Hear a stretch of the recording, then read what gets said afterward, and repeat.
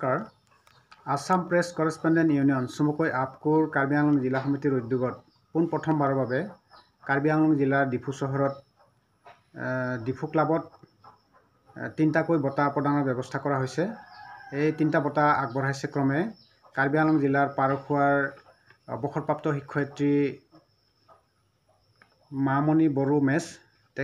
তেখেতৰ স্বামীৰ নামত বঁটাটি আগবঢ়াইছে আৰু এই বঁটাটিৰ নাম হৈছে প্ৰয়াত লক্ষীপ্ৰসাদ মেছ সোঁৱৰণী আপকোৰ কাৰ্বি আংলং জিলাৰ শ্ৰেষ্ঠ সাংবাদিক বঁটা 2025 জ্যেষ্ঠ।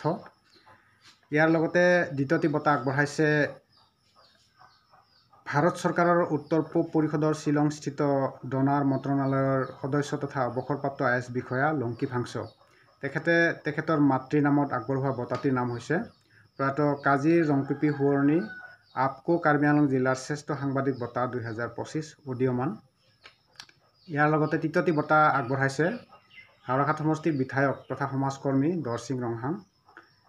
তেখেতৰ পিতৃ মাতৃৰ নামত আগবঢ়োৱা বঁটাটিৰ নাম হৈছে প্ৰয়াত লাংকুক ৰংহাং আৰু থাংপি তেৰাংপি সোঁৱৰণী আপকো কাৰ্বি আংলং জিলাৰ শ্ৰেষ্ঠ সংবাদ সাহিত্য বঁটা 2025। এই বঁটা প্ৰদানৰ অনুষ্ঠানৰ লগত সংগতি ৰাখি আৰু আলোচনা চক্ৰও অনুষ্ঠিত কৰাৰ ব্যৱস্থা কৰা হৈছে। সাংবাদিক আৰু সাংবাদিকৰ সততা, নিষ্ঠা আৰু সামাজিক দায়বদ্ধতা শীৰ্ষক এটি আলোচনা চক্ৰ আয়োজন কৰা হৈছে। ইয়াৰ লগতে অনুষ্ঠানৰ লগত সংগতি ৰাখি এখনি স্মৰণিকাও উন্মোচন কৰাৰ ব্যৱস্থা কৰা হৈছে, প্ৰকাশৰ ব্যৱস্থা কৰা হৈছে।